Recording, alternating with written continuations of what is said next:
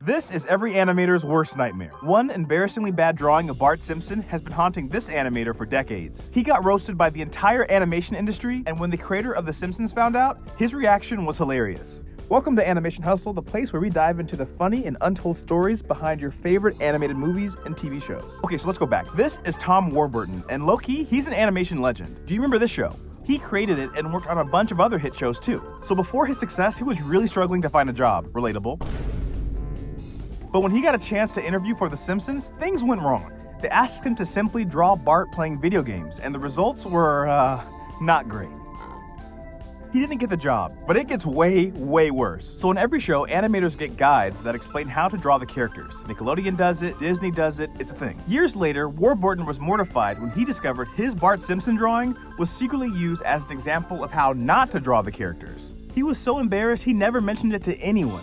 Until, flash forward a few more years, when he met The Simpsons creator Matt Groening and told him the story. Groening's response was hilarious. He said, well, if it makes you feel any better, I can't draw the characters either.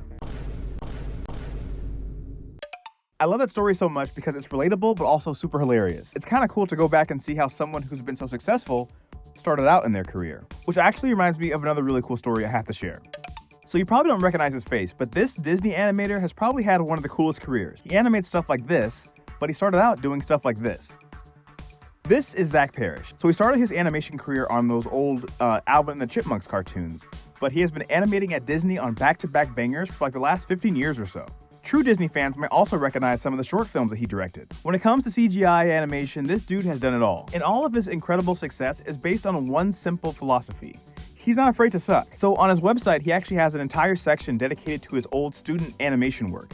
And he admits it's mostly pretty terrible, but he still had to start somewhere. And it's great to see because most pros try to hide their early work, but Parrish keeps it up so others can see his journey. So these two stories highlight two different animators who are very successful. And what they have in common is that they both started out really, really bad. So if you feel like you aren't the best artist right now, don't worry about it. We all start like this. Keep practicing, keep going, and you'll eventually get better. Drop me a comment, let me know what you think of these stories, and I'll see you guys in the next one.